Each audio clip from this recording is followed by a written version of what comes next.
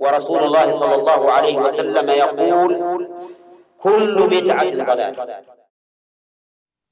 Is it permissible for a Salafi, Sunni, to go and lecture in a masjid of Ahlul Bid'ah? Is there a difference of opinion? If there's anything that you should learn, my brothers and sisters, difference of opinion is no hujjah for anything. I mean, what have we just read? I say to you, قال الله وقال الرسول وتقولون قال أبو بكر وعمر. Just throwing out there, ya akhi, there's a difference of opinion. So a man shaves off his beard. You say, ya akhi, grow your beard. Oh, shave, difference of opinion, akhi. You think that just by quoting that somehow that changes the hadith or changes the reality of the sharia of Allah?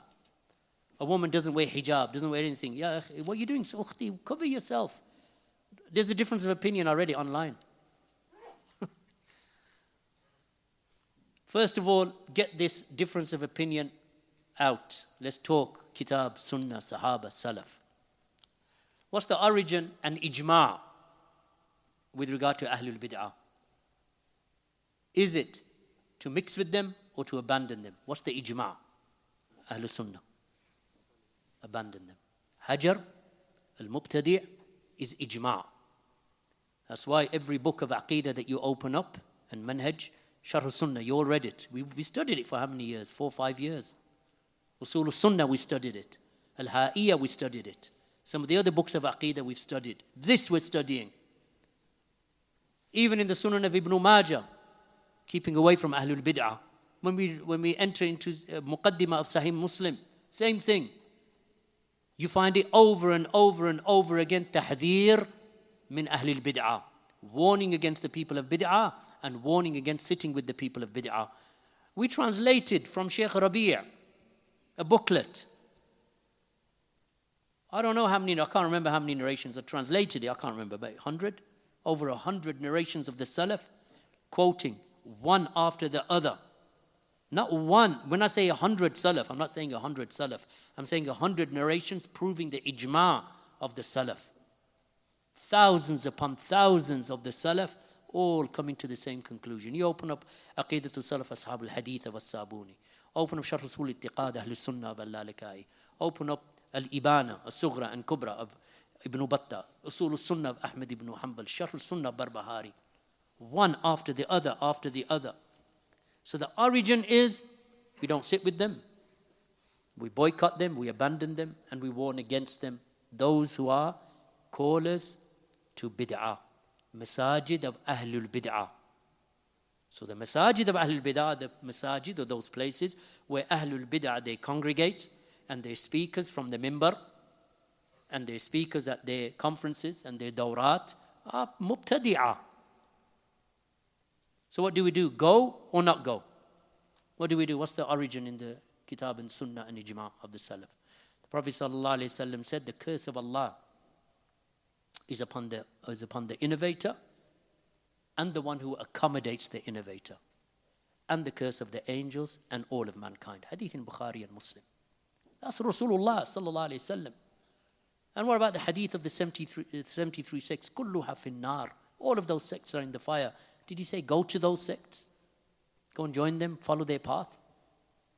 So the origin and the ijma' of the Salaf is Hajar al-Mubtadi'.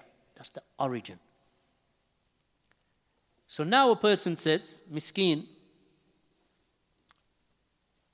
has no knowledge, has no ilm, has no tazkiyat, maybe he's just a shab in his 20s or something. And he says, I'm going to go and change them. Ibn Battah, rahimahullah ta'ala, in Al-Ibana mentions that there were some of our brothers who did that. They thought, we'll go to Ahlul Bid'ah and we'll take them out of their Bid'ah. It's a long narration, but at the end he said, they became, in the end, worse than them. They became worse than them. That's Ibn Battah. That we used to tell them, don't go, don't do it. They said, no, we're going to go to them and we're going to get them out. And he said that they are, and he mentions about that these Ahlul Bid'ah, that they are more dangerous than scabies and so on, till the end of the narration. But anyway, the point is here That's the origin. We don't go to them. We don't go to their platform. That's the origin. Let's say there's a masjid where they are awam. They are just basically, this one's a restaurateur. He's got a Bengali restaurant. This one's got an Indian restaurant. This one has got a cash and carry. And these guys have got together and they said, listen, we need a masjid for our area. So if you put in 10,000, I'll put in 10,000, he puts in 10,000. We'll just build a masjid and we'll just get one of these people, just to lead the prayer. These are awam, from, migrant communities that have come here and they want somewhere to pray Jum'ah. So they build a masjid in their area where there was no masjid before. So they funded it and they say, right, who's going to lead the prayer? Oh, I've got a cousin who's got some Quran, I'll just put him in charge. So now a Salafi goes to them and he says to them, listen, if you want, inshallah, we can teach here. We can deliver the khutub. We can teach weekly durus. And I can get my brothers from the students of knowledge to teach here and from my mashayikh. So the chairman of the masjid, he says, wallahi, that's what we want. We have got no knowledge. Look, I'm a businessman. I know how to make curries. And I know how to sell stuff in my cash and carry, but I don't know anything about deen. Please come. These are awam. These people, even though they may have some bid'ah with them that they brought with them culturally, like a cultural baggage that they have from their, from their countries, whether Bangladesh or Pakistan or wherever they're from, or Morocco or wherever. But that is just baggage that they carry because that's that they've been brought up. But they look at you and they say, MashaAllah, it seems as though you have some knowledge. If you can, set up the durus. So you say to him, okay, then I have certain conditions and certain requests to make upon you. Number one, that you leave us free. If you trust me, I'm going to follow the kitab and the sunnah and the way of the Sahaba radiallahu anhum. I don't revile any of the imams, not Abu Hanifa, not Malik, not Shafi, not Ahmad ibn Hanbal. We love all of them and we're going to teach from their works. I don't want you to come to me tomorrow, the chairman or uncle or whatever you want to call him, and tell me, speak about this and don't speak about that. Speak about this and don't speak about that. Don't put any conditions upon me. And I will run the da'wah here and I will organize conferences for you here. But don't put any conditions upon me. And sometimes that may involve, because you have to be honest with them. You're not lying to them. The Salafis are the furthest from treachery. You don't say to them, I'm going to do one thing and then you do something else through the back door. You tell him, listen, and this may sometimes involve making inkar of munkar. So we speak against riba, we speak against shirk, we speak against the major sins, we also speak against bid'ah. And uncle, maybe from your heritage, you celebrate the birthday of the Prophet ﷺ. Maybe that's what you do in your country where you come from. So I might even have to speak about that. Is that okay with you?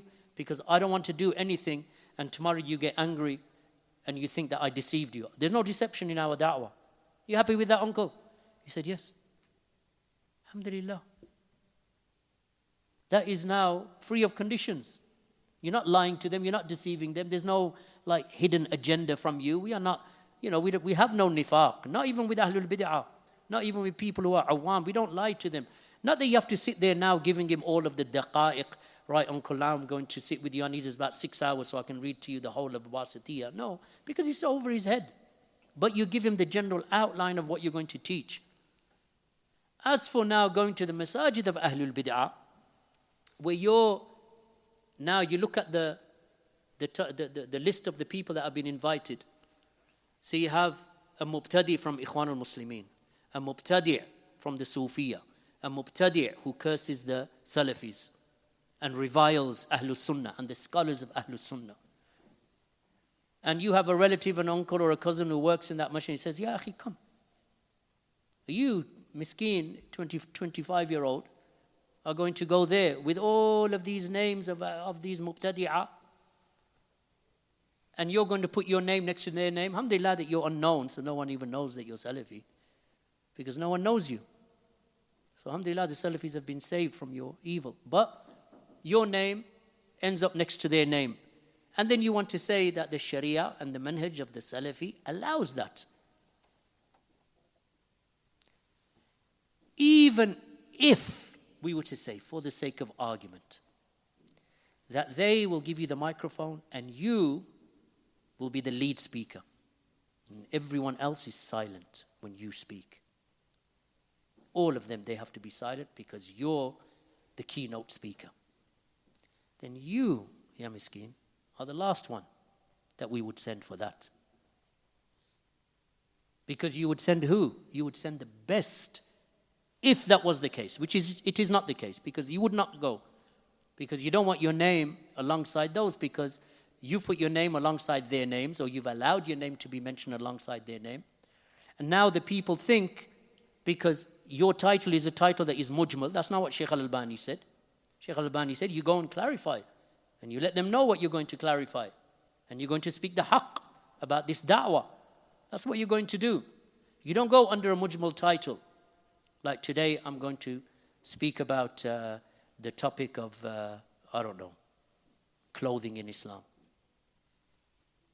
Or I'm going to do the tafsir of, a couple of ayat or a handful of ayat from Surah Ali Imran.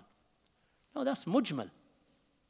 Because now, your title alongside their title doesn't give any tamyiz. There's not even any tamyiz, not even any distinction in the difference in the titles. So people don't even know that you're coming to clarify anything. No one knows that you're going to clarify or enjoin the good and forbid the evil. Nothing. And this is the danger of ujub, of being amazed with oneself, that you think you have the ability. But there's probably, about 700 people that I would put before you anyway, if there was a choice. You wouldn't be the one. Because even if it is to clarify the bid'ah of the Ash'ariyya, Jahmiyya, Sufiyya, Quburiyya, Ikhwaniyya, Deobandiyya, how are you going to do that in one lecture? That would mean that you would have to be well acquainted with all of these bid'ahs to be able to deal with them in a comprehensive manner. And how are you going to do that in one lecture under a banner of a tafsir of an ayah or the shar of a hadith that is not related in its origin, not related to clarification of the manhaj of the da'wah, which is something that is mujmal. So therefore, a person who says that we can go to the masajid of Ahlul Bid'ah, this is why the scholars have warned against it. That's why Shaykh Rabi said, don't even go to Ihya Turath. And Ihya Turath is better than some of these masajid. Ihya Turath are, of course, upon bid'ah, munharifin, misguided. I'm just speaking about scales of misguidance and grades of misguidance. They are misguided, but they are better than them. And you would not go to Jam'iyyat Ihya Turath. You would not even go to GLM, this Green Lane Masjid, because of the bid'ah and the misguidance and the inhiraf and the ikhwaniyya that they have. You wouldn't go there. Because your name ends up and then you go, like Shaykh Ubaid said, don't go. Shaykh Ubaid used to say, rahimahullah, don't go. Because all you're doing is that you are increasing their numbers. You are increasing their ranks in number. So he said, I wouldn't go. Shaykh Ubaid said, I wouldn't go. Shaykh Rabi used to warn the people from going. Now let's say I'm in a town somewhere in Pakistan, like Shaykh Rabi was when he went to Sudan or elsewhere. And they say, brother, can you come in and clarify the truth to the people? No one here with you. There's no other speaker. And no one's going to stop you. You have the whole day to yourself. Clarify the truth. Even then, I would have to think and think again, because I am not Shaykh Rabi'a. So there's no point in pretending. I am not Shaykh Ubaid. I am not Shaykh bin Baz. I am not Shaykh al-Albani. I am not Shaykh Muqbil. And I'm certainly not anywhere near Ibn Taymiyyah. If you are of that caliber and you have the ability, you would have to think and think again. Even though they are now giving you, so this is not the first example that I gave. This is a masjid of Sufiyya, for example. Deobandiyya, for example. And they are upon that. But they say, today, you can come in and clarify the truth. Who's going to be there with me? No one. At all. This day is yours, and there's 1,000 people in there.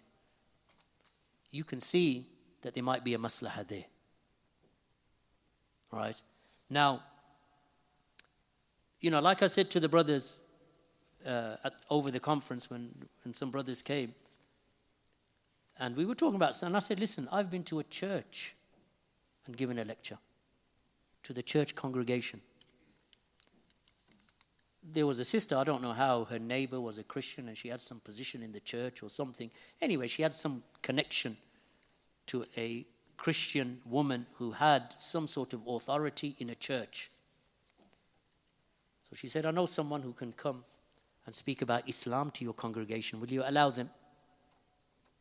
So they said, Islam? Yeah. He's going to tell you about Islam. What is Islam? The meaning of Islam? How Islam distinguishes itself from Christianity. Will you allow him? I don't know why, but she said yes. So the sister rang me. I asked her a few questions. Is there anyone else? Is there some sort of panel? Or she goes, no, it's all yours, Ustad. So I said, what day? She gave me the day. I went and the congregation was there in the church. And I gave them da'wah to Tawheed and Islam and the Sunnah for about an hour. Then they asked questions. So it's not that we object to giving da'wah to even kuffar and mushrikeen, to Christians and Jews. There's no objection. And it has even occurred in Slough many years ago. We had no masajid in the UK. In those days, I think, I don't even think we had a masjid in those days. We'll have to probably think back.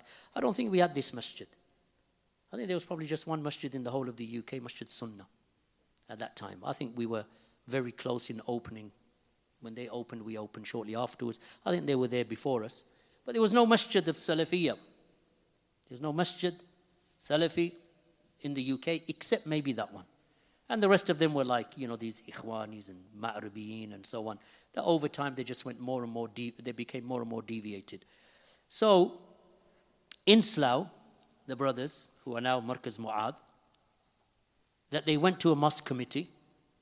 I don't know the masjid. Is there anyone here from Slough that remembers the name of I don't remember the name of the masjid. But they said to them, we want to organize a conference talking about Quran, Sunnah, way of the Salaf and the establishment. I think it was related to the issue of Khilafah, reviving the Ummah, and issues like this. So I was there. Abu Iyad was there. Hassan al-Somali was there. Maybe Abdul Ilah was there. But there was a group of us. So we took the whole day. Because there was no Masjid Salafi that we could go to.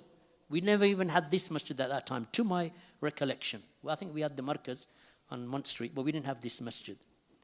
So we went, and the whole of the day was just clarification, Manhaj Da'wah Salafiyya.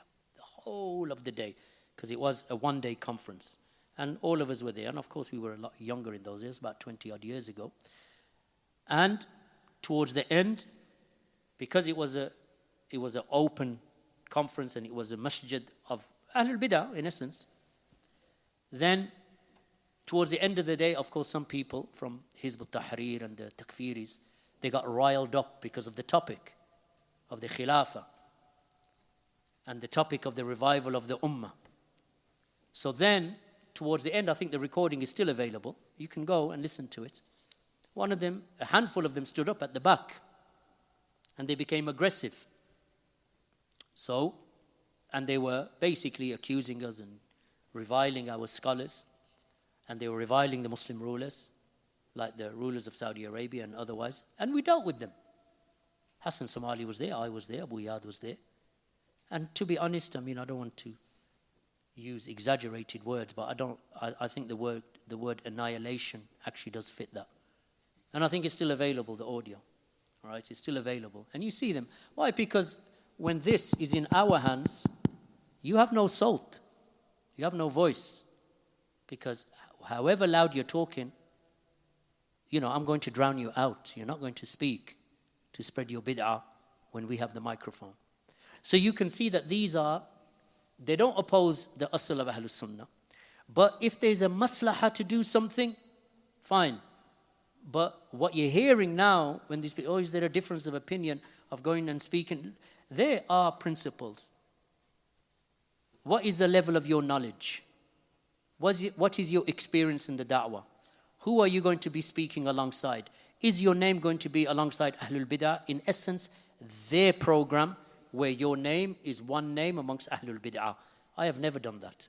And the Salafis in this country, to my knowledge, have never done that. Even when we did the conference in Slough, I think they had to pay to use the hall downstairs, because he was downstairs under I think it was a basement under the masjid. Right, as I recall, maybe the brothers from Slough will jog my memory. But as far as I know, it was hired and it was used. And it was our program, our schedule. We decide who talks, when he talks, how long he talks for, who does the Q&A. There's no outside interference. In 1996, we did one of the biggest conferences in Britain at a masjid in Birmingham run by Ikhwan al-Muslimin. And they will never allow us in there again. Because we took 3 days, 2 days, Friday, Saturday, Sunday, and it was attended by thousands. We paid for their hall because they have a school at the back. So there was like a huge assembly hall, a hall for women, a hall for men. That was the Oasis conference back in 1996. And some of them are shaykh, some of them have deviated now, but they were there nevertheless. And, it was absolutely packed out, but all 3 days were our days. But where's the venue? The venue is Ahlul Bid'ah. But for the whole of the 3 days, every lecture is by us. All the translations are by us. Abu Talha rahimahullah, I think Abu Ishaq Nadim translated, and others translated. And the lectures were delivered by the mashayikh and so on. We did a conference in 97 on top of IPCI, on top of the rec center. 1990, not on top of, in the rec center, where IPCI is now. Run by who? An organization that is with, I don't know what they were then, DDAT or whatever they were upon. But we rented the whole hall because they were renting them out for weddings and so on. So we rented it from them. And we did a conference in 97 with a telelink with Sheikh Muqbil, rahimahullah, in that time. So you can see that there are opportunities that we've used in the past where we have gone to venues that are either run by Ahlul Bid'ah or it is a masjid of Ahlul Bid'ah, but we control the platform. What I'm beginning to see today and what we're hearing today does not fit what the mashayikh say and what we know from the manhaj as-Salafi, that you put your name alongside their name and then you speak under a title that is general, and then you yourself don't have the ability, because we don't know who gave you the tazkiyah, who gave you the recommendation that you have this ability. Who knows whether you have the ability? You're a shab, you're a youth.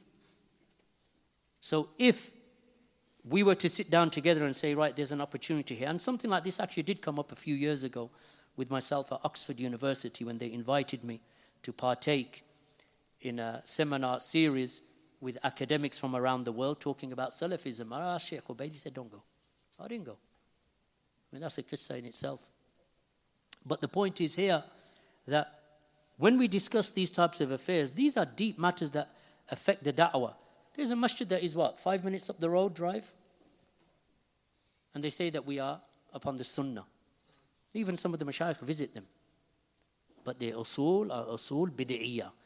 If anyone thinks that we split over, we divided with those people over masail far'iyah, ijtihadiyah, that these are minor affairs of differing, it is not permissible to split from someone over umur ijtihadiyah far'iyah. It's not permissible. You can refute a person who differs with you, but you're not allowed to split from a person of sunnah and salafiyah. Our split with them is aqdi manhaji. Otherwise, we would never have broke away. They removed us from their masjid because of the fact that we did not agree with their manhaj. That's why they stopped our durus. They said, you can visit, but there's no durus for you. Our differing is manhaji. Our differing and aqdi. Our differing with Ihya Turath is manhaji aqdi, as Shaykh Falah rahimahullah used to say.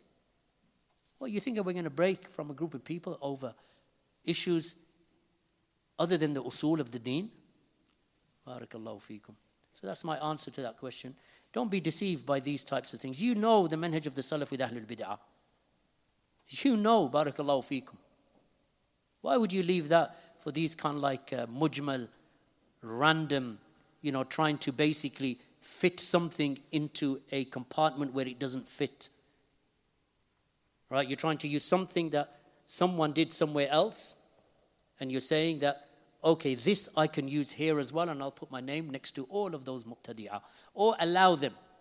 Now, what are you going to do for the next few weeks? You're just going to start going around making bara'ah. Well, I didn't mean this, and I didn't mean that, and I didn't. Don't do something today that you're going to have to take back tomorrow. Don't do something today that you're going to regret tomorrow. You have never done. Imagine a man comes along.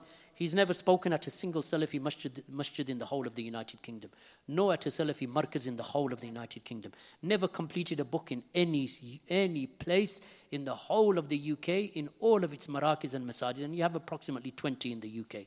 Not one. You haven't translated a single book. You have never completed a book. You have never delivered a khutbah at any Salafi masjid anywhere in the UK.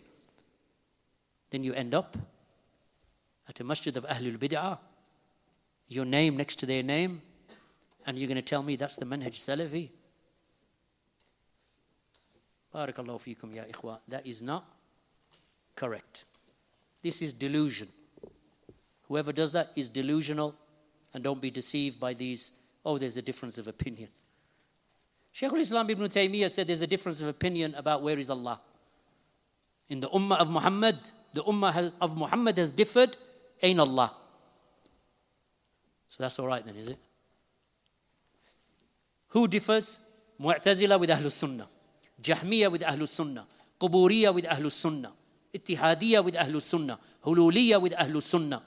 So the difference in the ummah is between Ahlus Sunnati wal Jama'ah and all of these deviated ideologies, Quburiyya, Sufiyya, all of them. They differ. So the ummah has differed. Just to throw that word out there is not an evidence. Of course, between Ahlul Sunnah there is differing that we tolerate as long as there is evidence for it and it is done correctly, that your understanding of that is correct. And then we can differ. Like, for example, we differ over niqab, no niqab. We differ where to place the hands after the ruku, side or back on the chest. We differ. Do you trim your beard after 4 fingers or do you just let it grow? We differ. So there are differences, even in Hajj, Umrah, Ramadan. There are masail that we differ. As long as a person has with him an evidence and a proof, then we say, okay, I disagree with you, but I can see where you have come to your conclusion from, and you're my brother. I'm not going to condemn you or forbid you or speak ill of you or whatever. No, of course not. Why? Because you come from a point of view of evidence and I come from a point of view of evidence. You're my brother. But we don't say that in the usul of the deen, barakallahu feekum. In those affairs where we know that the Salaf didn't differ, so we don't differ. Barakallahu feekum. Jazakumullahu khairan, walhamdulillahi rabbil alameen. Wa sallallahu ala nabiyyina Muhammad wa ala alihi wa sahbihi ajma'een.